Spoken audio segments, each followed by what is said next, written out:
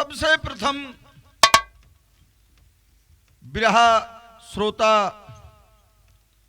भोजपुरिया श्रोता भैयन के प्रणाम बा, आशीर्वाद का प्रतीक्षा बा। और बड़ी कहानी हम लोग गौली, बड़ा प्यार दुलार मिलल। एक ही कहानी बड़ी अटपट बा, आप लोग के गौर से सुनबा तो कुछ जीवन में अच्छी बात मिल जाए। गाना बजाना कोनो छड़ी आनंद बदे ना होला, कभी कभी गाना बजाना से सीख भी मिले ले। अच्छे कलाकार का गाना सुनबा तो अच्छी बात उनमें मिली। जीवन दुख से बचल रही, गाना बजाना दुख के टारे बदे होला, दुख बटोरे बदे नहीं होला।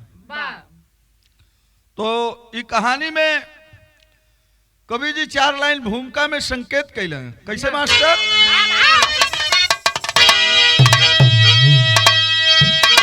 इश्क का भूत सिर पर जब चढ़ जाता है, रोशनी मन की भी अंधी हो जाती है। हुस्न की भी राह में जो भी भटक जाता है, जिंदगी गारत में उसकी जो सो जाती है। नशा प्यार में ऐसा होता है आरोप, जमाने में कुछ भी वो कर जाता है। अपने स्वार्थ में जो सत्य को छोड़ता, जीते जी ऐसा इंसान मर जाता है।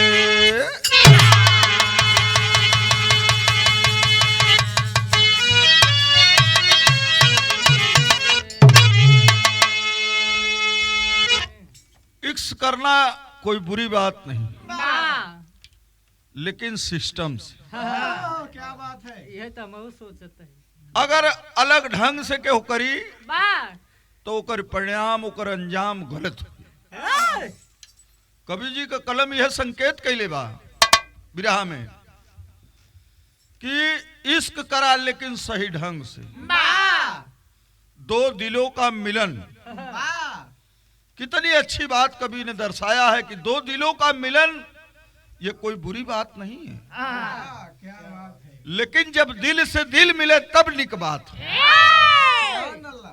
जबरी कोनो चीज न होए के चाहिए, जबरी होए के न चाहिए। और जबरी अगर करत हो तो भइल का गजल में कहना बा माता।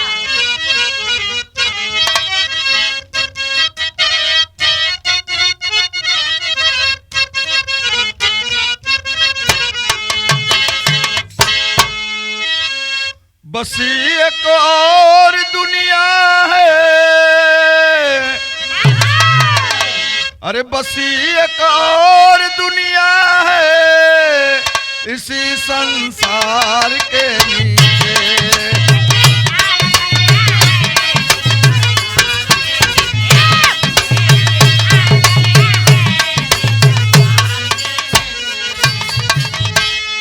अरे बस एक और दुनिया है इसी संसार के नीचे। पड़ गया सखियों का झूला, अरे पड़ गया सखियों का झूला कदम के डार के नीचे।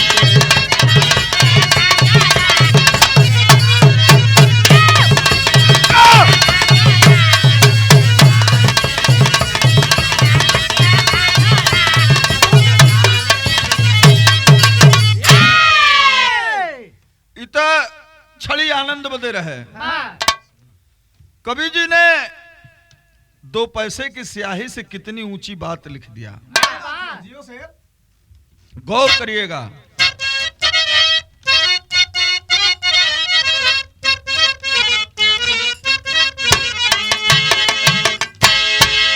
छिपी पहचान रिश्तों की,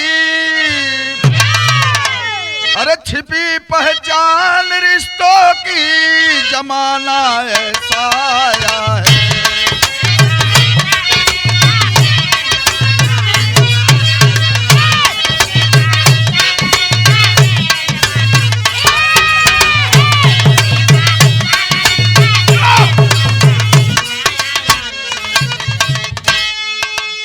अरे छिपी पहचान दुनिया की,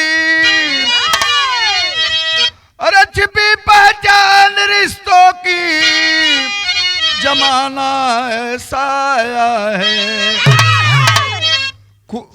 खुदा भी देख कर यारो, अरे खुदा भी देख कर यारो शर्म से मात खाया है।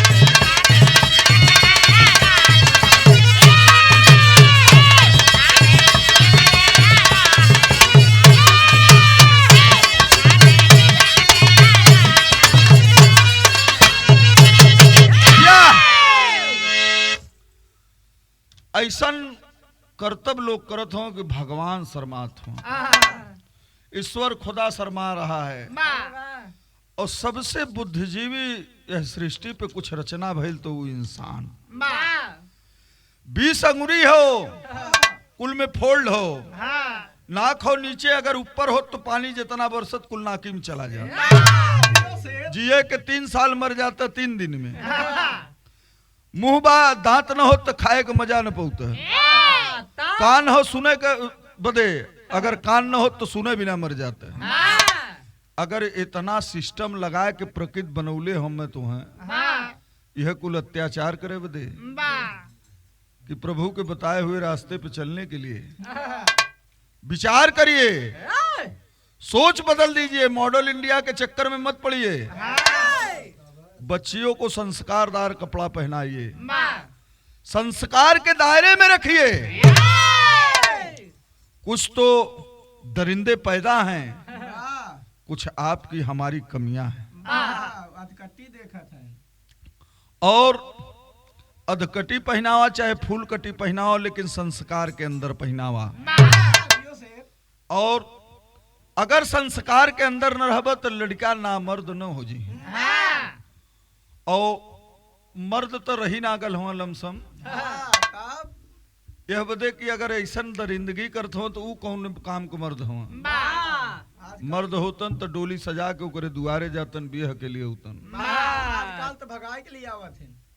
बाहरी दरिंदगी ऐसा भी भारत में होगा, हम लोगों ने सोचा नहीं था। और ऐसा समय आ गई कि लोगों में कहा थे डेवलपमेंट हो गया। अरे भारत की संस्कृति संस्कार भुलाए के हम कहीं कि हमरे अंदर डेवलपमेंट आ गया। बारे डेवलपमेंट केहू बहन बिटिया से अपना रही है डेवलपमेंट। बारे भाई बा भलाई हो। अच्छा, ये कहानी कहाँ कहो, कैसन कहानी हो, नजम में कहना हो मास्टर। शेर क्या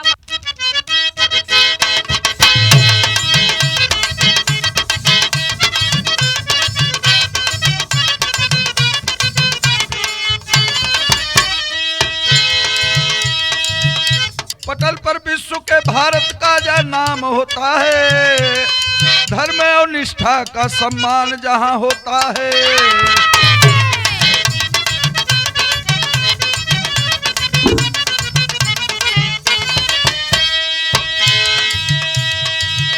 जिला बदायूं में एक पन्ना लाल सेठ रहे, व्यापार सब्जी का दौलत से मालो माल रहे।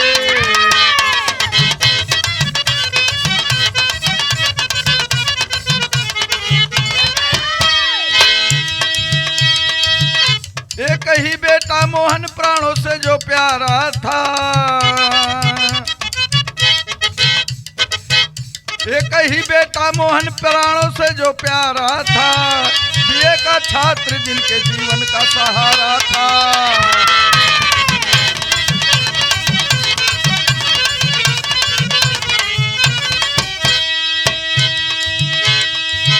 सरला मैडम एक प्रोफेसर बनकर आई है। सरला मैडम एक प्रोफेसर बनकर आई है, सुनी जिंदगी जीने की बड़ी तन्हाई है।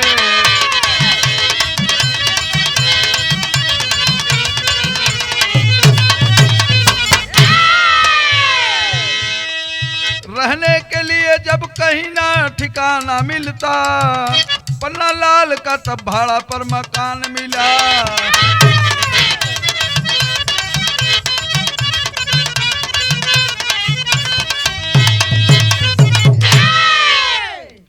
ए भैया, पन्नालाल सेठ बदायूं जिला का रहे वाला, मालो माल रहा खजाने से।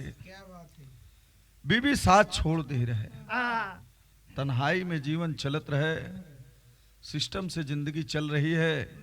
एक बच्चा था बीए का छात्र, उसी को देखकर वो बोध करता था। और लड़कवा स्कूल जाए पढ़े, एक मैडम सरला वहां आई प्रोफेसर बनकर, और लड़का देखलस तो कहलस कि सुनिए, अगर आपको रूम वूम नहीं मिल रहा है तो हमारे यहाँ कोई रहने वाला नहीं है, आप हमारे यहाँ रह सकती हैं। इतनी बात सरला सुनलस, सुनले के बाद कैलस का एक ठे तरज लगल।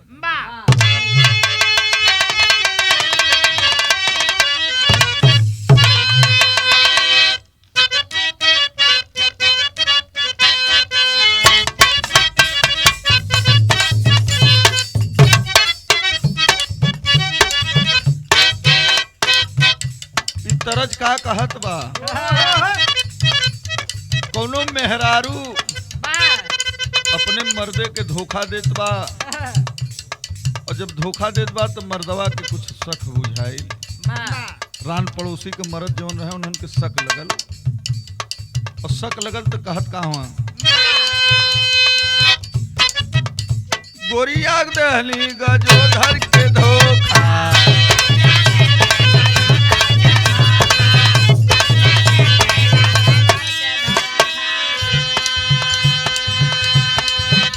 बोलावली यार बतावली सोखा, गोरिया दहली गजोधर के धोखा।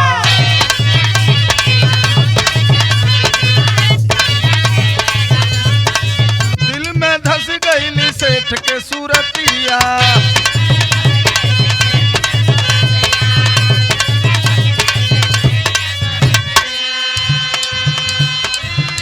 लगल लूटावे प्यार कई के दौलतिया, लगल लूटावे प्यार कई के दौलतिया, दिल में धस गईली सेठ के सूरतिया।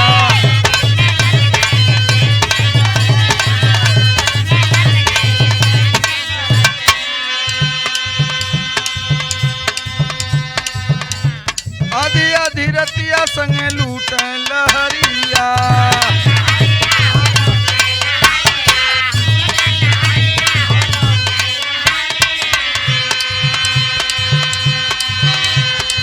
एक दिन बेटवा पे पड़ली नजरिया,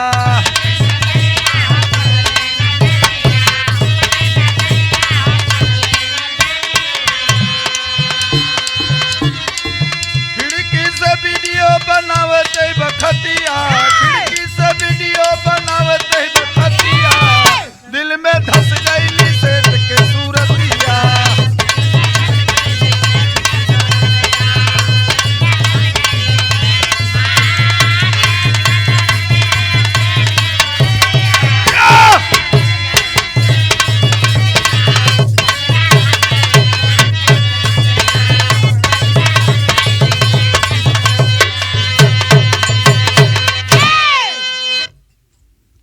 ए भैया, हंसी खुशी से परिवार बाप बेटवा चलावत रहे। प्रोफेसर जो न वो आइल भाड़ा पे रहे बदे घर में पारी बिगाड़ लगा देले। बापे से संपर्क भल, कुछ समय बीतल तो बेटवा एक दिन खिड़की से झकलस कि हमार बाबू के करे घर में का करे जा खाना देत हूँ। देखलस तो वो बनरा और शेरवा वाली खिस्सा चालू रहे, मार खचा खच फोटो खिंचात रहे। तो कहलस जब फोटोए खिंचात हो तो हम वीडियो काहे न बना ली। वही खिड़की के यहाँ से वीडियो बनावे शुरू कैलस। सेल्फी लेवे।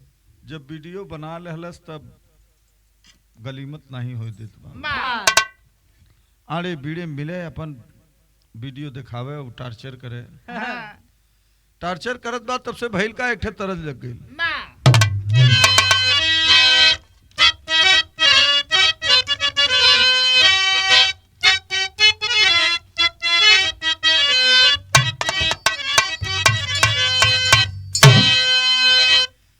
कहाँ जईबू गोरिया,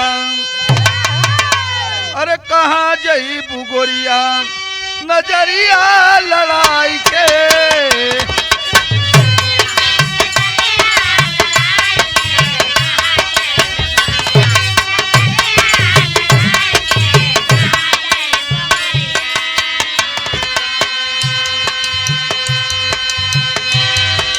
कहे लगल मोहन तब वीडियो दिखाई के, कहे लगल मोहन।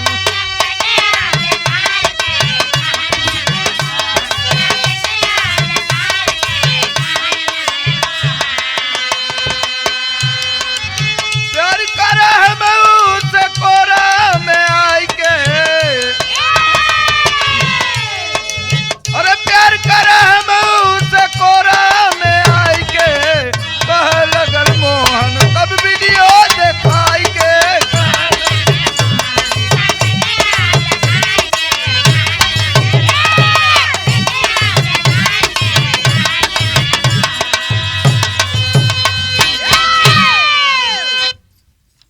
वीडियो दिखाए के मोहन ओके ब्लैकमेल करत बा। ब्लैकमेल करत बा तो भइल का अंतरा में कहना बा।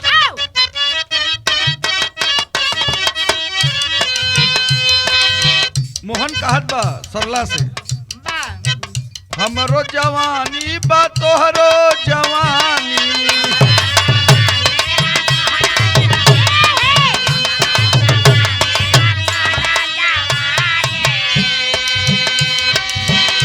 संग में जवानी का कटल जाई चानी हो, कटल जाई चानी।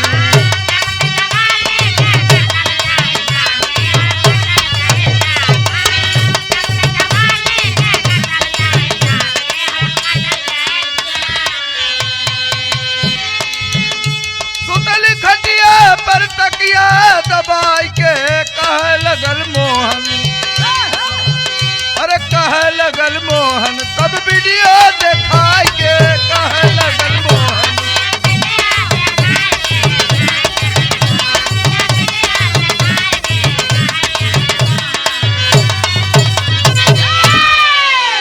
सरला कहे पहले बात सुना मोरी।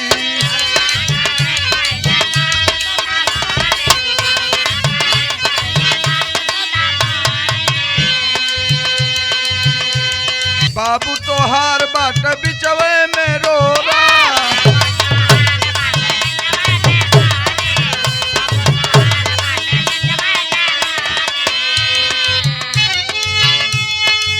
नदिया में फेंका दिया नटई दबाई के, अरे नदिया में फेंक दिया नटई दबाई के। कहे लगल मोहन तब वीडियो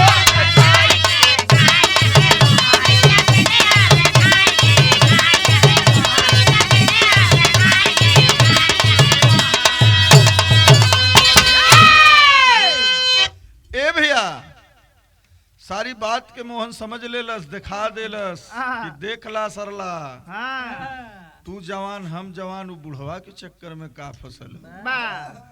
सरला पा गई मौका, कहलस कि अब घरवे दे उजार, बाहर इष्ट सब कुछ ले लेता है। धन भी चला जाता है, धर्म भी चला जाता है, जीव भी चला जाता है। ऐसा नारी का जरूरत हो, ऐसा मर्दे का जरूरत। जब चके 60 होई रोज तो मामला फेल तो हो ही जाई। रचना कैसे होई?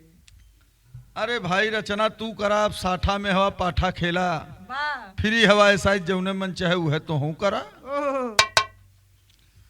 इतनी बात मोहन कहत बा कि सरला होश में रहा। नहीं बात बिगड़ जाई। हाँ सरला मौका पौलस टप से कहलस कि देखा तोहर बाबू बीचे में रो रहा हूँ, हाँ इन्हें रास्ते से हटा दा, हमार तो हर जवानी है रजा, दोनों जने चानी काटल जाई। इतनी बात मोहन सुल्लस बड़ा खुश हो। हाँ अरे बाप के बारे में सोचा ही नहीं मोहन, इसके के अंधकार में अंधा हो गया वो।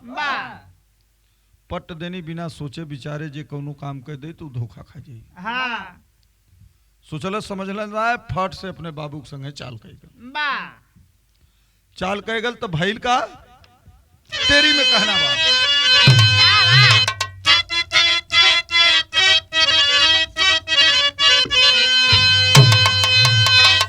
समा पर जब परवाना चढ़ गया, अरे राम समा पर जब परवाना चढ़ गया, होनी क्या हो गई जीवन नहीं ठिकाना, अरे हाँ ठिकाना, अरे हाँ ठिकाना। समा पर जब चढ़ गया परवाना, होनी क्या हो गई जीवन का नहीं ठिकाना। बारे होनी कहनावा अपने से कहा होनी हो गई, जान के गढ़ा में कूदब डूब जरूर। ये बदे पुरनिया कहे हैं जल्दी का कौनो काम मत करा, करबा तो बार बार धोखे हो, सोच समझला। एक शायर हमें जौनपुरी का याद आ गई, बारे मोहब्बत, मोहब्बत पे इतनी छेड़खानी और नहीं चाचा जी हमार जो आज होत बा के पहले बता दे ले रहे। मोहब्बत के नाम के बदनाम मत करा, खुदा कई अमानत हो के लीलाम मत करा। लोगवा कहेला कि प्यार बड़ा अंधा बा, हम तो कहिला ही कमाए वाला धंधा बा। अरे भाई का हो वीडियो बना लेते स्क्रीन शॉट मार लेते, लड़का ब्लैकमेल लड़की करत बा, कहीं लड़का बना लेत बा तो लड़की ब्लैकमेल करत बा, तो ये धंधा न भल बा। प्यार कहाँ बा? प्यार लैला मजनू कैला, रांझा हीरा कैला, अब का केहू प्यार करी। चला इश्क के शैतान में जब फंस जाला मनई तो बड़ा कुछ गलती कराला। एक ठे तरज लगल मास्टर,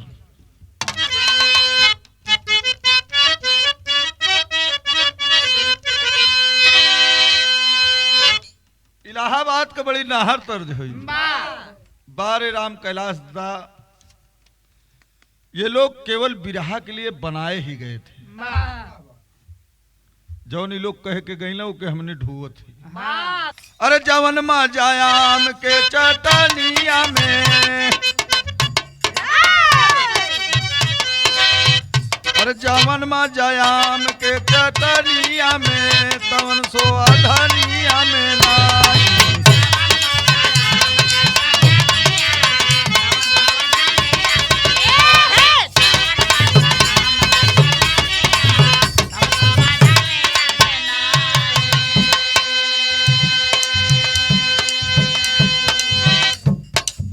चला मनोरंजन बदे हो गल भाई, भाव स्थल पे आ जा।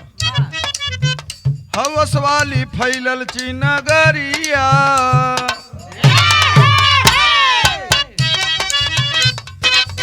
हवस वाली फैलल ची नगरिया, जर गईली रिश्ता का घठरिया।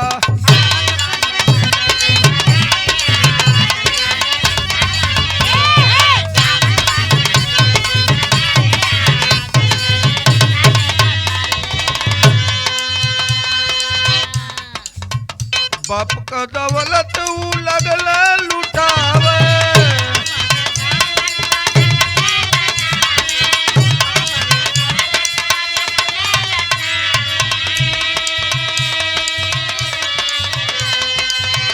बन के दीवाना प्यार गोरी पर लुटावे।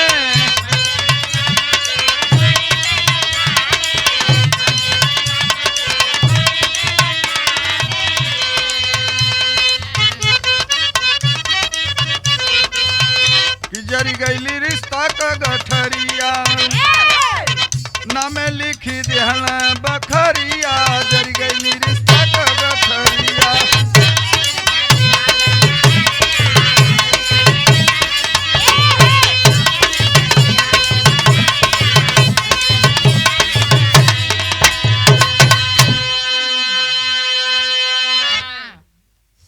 महाराज जब तक इनकर जमीन जायदाद ना ले ले रहे हाँ तब तक बड़ा मेहनत कैले इनके संगे बड़ा सेवा सत्कार कैले।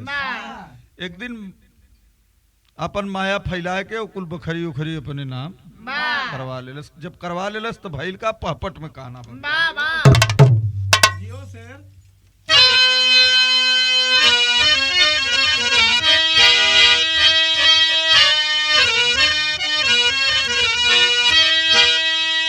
अरे प्यार में फंस के हो गई कंगाल चाल जब बिगड़ल बाप लत मार के घर से दहली निकाल चाल जब बिगड़ल बाप।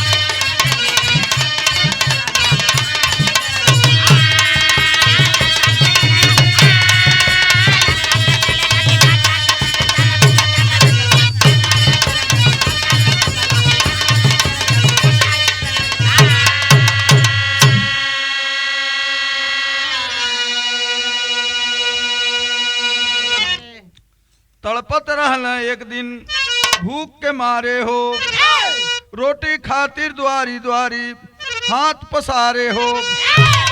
अरे जिंदगी दहले मौत के मुंह में डाल चाल जब बिगड़ल बाप लात मार के घर से दहली निकाल चाल जब बिगड़ल बाप। सहूर बिगड़ जाला आदमी का तो सिस्टम बिगड़ जाला। हाँ घर उजड़े के पारी जब होले तो एक दूसरे से नफरत शुरू होले। दोनों का घर उजड़ी एक का नहीं दोनों का। मरे वाले के तो बन गल जौन हथकड़ी लगा के जेल में जाई ओकर बिगड़ गई। कहना बा आला में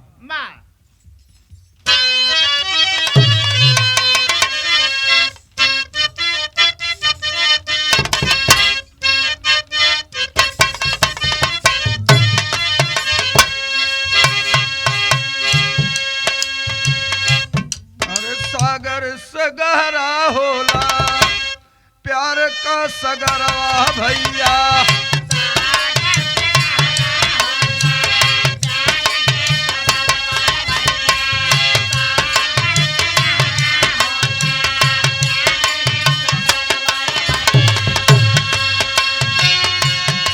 डूबी के इंसान कबहू ना उतीरा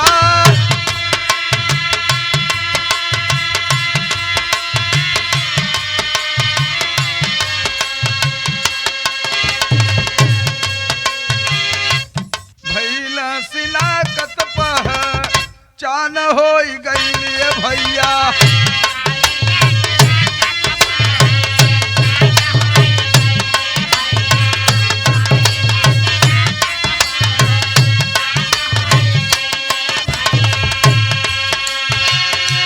गिरफ्तार कैला पुलिस सरला के जा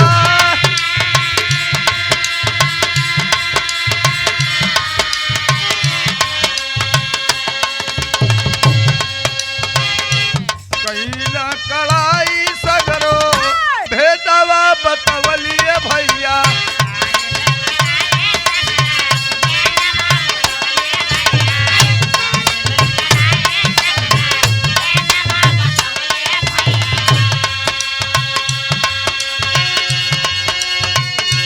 आजीवन कारावास का जारी है पा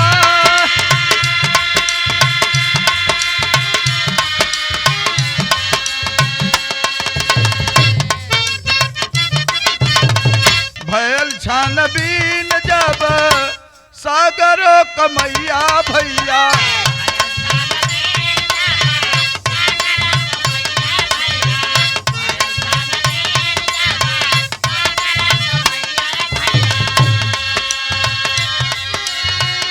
दिहल सरकार सगरो धन पना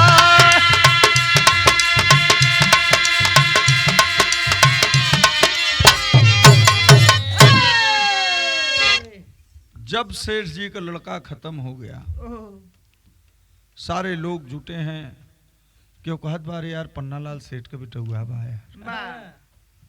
तो उस सारी बात पर्ची पे लिख दे ले रहे लड़कवा कि हम प्यार के धोखा में पड़ के हमने सब कुछ लुटा दिया।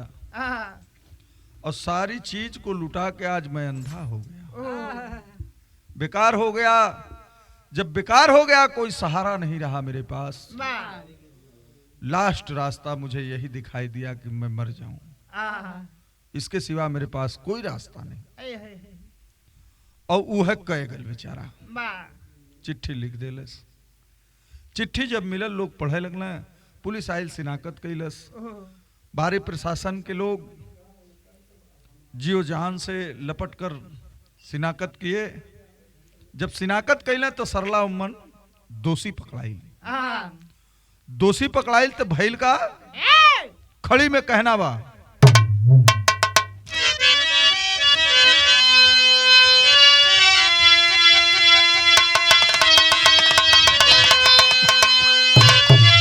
अरे प्रेम ऐसन धन ना बतावे लोगवा, कहीं के हवस चक्कर वाला पागल पवनावे लोगवा।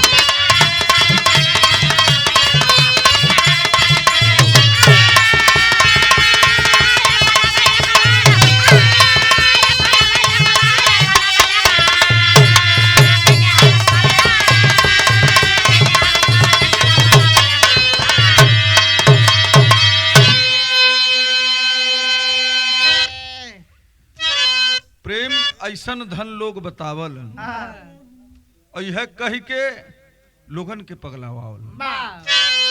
प्रेम कोनो दौलत ना, प्रेम पर आधे से शुरू हो, आधे चलबो कराला, पूरा हो ना पावत।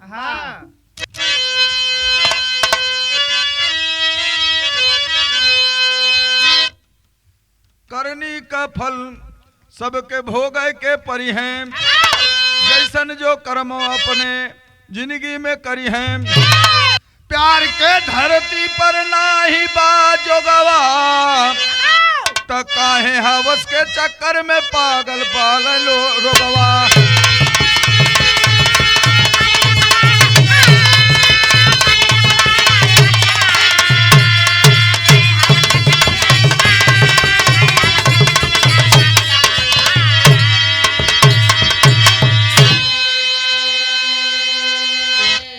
कवि जी का कलम संकेत कैलस कि भैया सोच समझ के कोनो कदम उठावा। प्यार के चक्कर में पागल हो, चेक साट करे के चक्कर में कुल जमीनिये जिन लिख दे, निहत्था जिन हो जा, कुछ हाथे पाथे रहे नहीं तो तोहरे बाजार बिगाड़ दे। बाप न भैया सबसे बड़ा रुपया, प्यार वार कुछ ना हो, खाली पैसा के बाजार हो। यही से हमरे बिरहा का आखिरी भल, गुरु बिहारी गुरुपतु गुरु रामधार गुणकारी, कथन करे कविपति राम जगदीश्वर गए सिधारी। अरे समा पर परवाना चढ़ गया, अरे राम समा पर परवाना चढ़ गया। सुरेश नंदलाल बची है केवल पछताना, समा पर परवाना चढ़ गया।